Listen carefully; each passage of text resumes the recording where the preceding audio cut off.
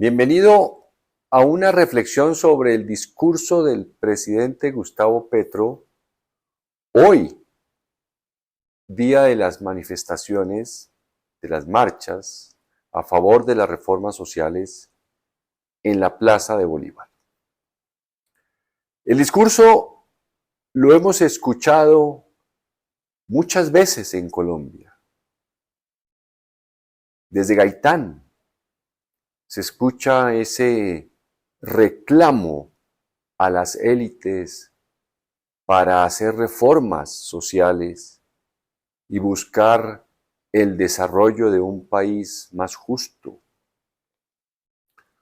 tendiente a la igualdad de oportunidades, como lo hemos dicho muchas veces, no la igualdad matemática. Pero como las personas que lo han escuchado durante tantas décadas insisten en que las palabras del discurso son anacrónicas, trasnochadas, se atreven muchas veces incluso a decir como si sus discursos fueran de una frescura cándida. Quiero entonces aprovechar los términos que usó el presidente Gustavo Petro para hacer una especie de traducción a quienes insisten en que ese discurso no tiene ninguna validez en Colombia. Piensan que como se ha maltratado, se ha asesinado a quienes han pronunciado esos discursos, deben desaparecer esos términos. He escogido 5 términos para hacer esa especie de traducción, digo. El presidente habla de la libertad. Claro, estas personas que tradicionalmente acusan a estos discursos progresistas de anacrónicos, piensan que como la libertad se consiguió en las batallas de independencia del siglo XIX con Bolívar y todos sus acompañantes, ya quedó la libertad como quien hace una escultura y hay que solamente alabarla.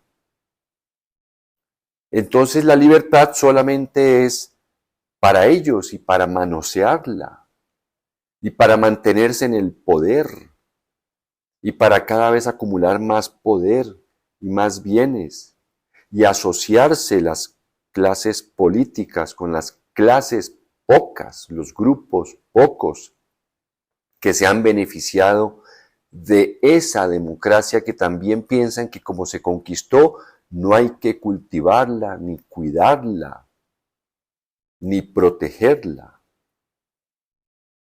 La libertad se cuida educando a los pueblos que no hicieron eso.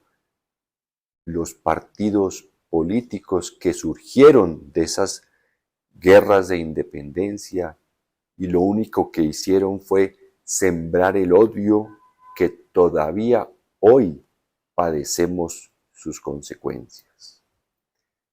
Entonces, mientras ellos respetaron la libertad, pues hay que seguirla buscando.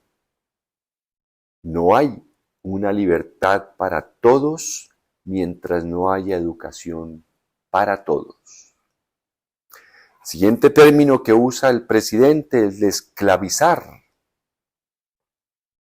Estos ilustres comentaristas piensan que como la esclavitud se prohibió, no solo en Colombia, sino en todo el mundo, hace más de 150 años, en Estados Unidos, usted lo sabe, hubo una guerra civil por ese motivo, como se prohibió, ya no existe. Es que lo que existe es la mentalidad que esclaviza, no las leyes. Las mentes esclavizadoras crearon leyes y les beneficiaron durante milenios. pero las mentes esclavistas continúan vivas. Basta con ver la manera como tratan al trabajador en la inmensa mayoría de las empresas. Es mi trabajo observarlo. Es mi trabajo verlo. Creen que porque le pagan un salario, y muchas veces un salario justo incluso y a tiempo, ya se sienten con el derecho de tratarlos como quieran, a abusar de las personas como quieran, maltratarlas, crearles un ambiente de trabajo que los enferma. Eso es la mente esclavizadora, señores comentaristas. No es que se esté refiriendo el presidente a que exista la esclavitud en la que hay unos propietarios de las personas y comercian con ellos. No, es la mentalidad que esclaviza, que piensa que porque paga un salario puede maltratar a las personas. O creen que porque ellos ganan un mejor salario, ya son ilustrados, ya son cultos, y entonces pueden despreciar a las personas que trabajan. Tercer término, pueblo, usa el presidente Gustavo Petro. Esta sí que les cuesta más trabajo entender, porque ellos le llaman es gente, la gente. Ellos no hablan de pueblo porque piensan que el término pueblo tiene una connotación de izquierda, es socialista, le tienen cierto temor a esa palabra. Y al propio pueblo, dice el presidente Gustavo Petro, yo creo es que le tienen es fastidio. Pero le llaman es la gente. Y entonces creen que porque tienen un mejor salario, un mejor ingreso, unas mejores comodidades, ya ellos no se sienten parte de la gente. Automáticamente cuando ganan más o tienen más comodidades o tienen una mejor calidad de vida, como se dice, ya se sienten autorizados para hablar de la gente allá, que la gente es desagradecida, la gente no quiere trabajar, hay que desconfiar de la gente, que la gente se va de la empresa por 100,000 pesos, son groseros, son abusivos, maltratan a la gente aún sin estar frente a ella, se expresan así de la gente. Eso es el pueblo, señores. El otro término que utiliza mucho el presidente Gustavo Petro es codicia. Las élites que han gobernado este país, que surgieron de esos partidos y de familias extendidas y de las empresas pocas, inmensamente poderosas que ha habido en Colombia, ellos le llaman espíritu empresarial, visión de negocios. Un poco más, cuando son más sinceros, dicen que el vivo vive del bobo, que en Colombia hay que ser avispado. Dicen algunos incluso, si yo no robo, roban otros, hablando de eso que le temen hablar de la corrupción. Siempre la hablan en tercera persona, son los otros los corruptos. Ellos nunca lo son. Ellos llaman es visión de negocios, a eso que se llama codicia, a eso que es hacer leyes, pagar congresistas, armar leyes para beneficio de los negocios propios. A eso llaman democracia del avispado, por supuesto. A eso es lo que se han referido tantos líderes sociales y luchadores sociales que ha habido en Colombia y que se han asesinado. Luego el discurso hay que seguirlo pronunciando. Mientras las condiciones sean las mismas, surgirán líderes que pronuncian el discurso porque la realidad de Colombia no ha cambiado en el sentido en que continúan esas mismas élites y por supuesto el país cada vez más injusto, más desigual y más espacio se le abre a los avispados que tienen por nombre de autodenominarse, que tienen visión de negocios. Y el otro término que usa el presidente, el quinto, la tiranía. Claro, los comentaristas se les viene a la cabeza inmediatamente un tirano de las novelas, un tirano como los dictadores militares o dictadores religiosos o tiranías que están descritas. No, es que la tiranía, su contraparte es cuando hay miedo. Miedo tienen los líderes sociales en Colombia, los líderes ambientalistas. Hay algunos noticieros que todos los días muestran el líder del día que fue asesinado.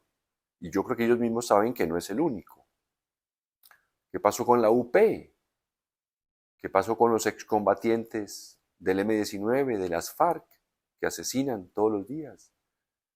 La tiranía es eso, que el país, si no hay un pensamiento unívoco, único, en cuanto a que apoyemos a los partidos tradicionales y al movimiento que surgió de ellos al comenzar este siglo, que tuvo su gran nombre en el Centro Democrático y que ya sabemos qué atropellos causó, pues ellos apelan al miedo.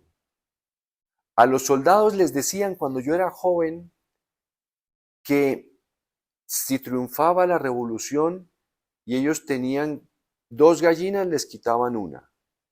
Y si tenían hermanas, la volvían a ver con hijos. O si tenían hijas, las volvían a ver, no las volvían a ver. Miedo. Miedo al empleado. Si cuando decían hace 8 años y hace 4, si gana Petro, usted lo va a perder todo, va a perder el empleo. Claro, le tienen miedo a la justicia social. Le tienen miedo. ¿Cómo será el miedo que infunden? Que ellos mismos lo sienten. ¿No ha visto esa cantidad de escoltas que rodean a esos personajes de las clases dirigentes de Colombia? Ellos tienen miedo. Esos escoltas que debieron haber estudiado, que muchas veces vienen de pueblos lejanos de las grandes ciudades, debieron haber estudiado en las escuelas, en los politécnicos de las escuelas y estar trabajando en sus regiones, no tienen alternativas porque en los pueblos la única opción que ha habido por décadas es o ser guerrillero o sicario o narcotraficante o en una época decían ser escolta del DAS. Eso es una tiranía. Se vive bajo el miedo. Esta es, como le digo, una traducción a quienes creen que porque Colombia no ha cambiado, el discurso del cambio debe desaparecer. Pues no, es un hecho histórico. Pasó con la independencia nuestra. No fue la primera lucha la de Bolívar, hubo previas luchas y fueron traicionados los acuerdos a los que llegaban con las autoridades de la corona. Luego, hay que insistir en el discurso y seguirán disgustándose con el discurso mientras Colombia no comience a transformarse. Y lo primero es tener leyes que ayuden a transformar a Colombia. Muchas gracias y hasta la próxima.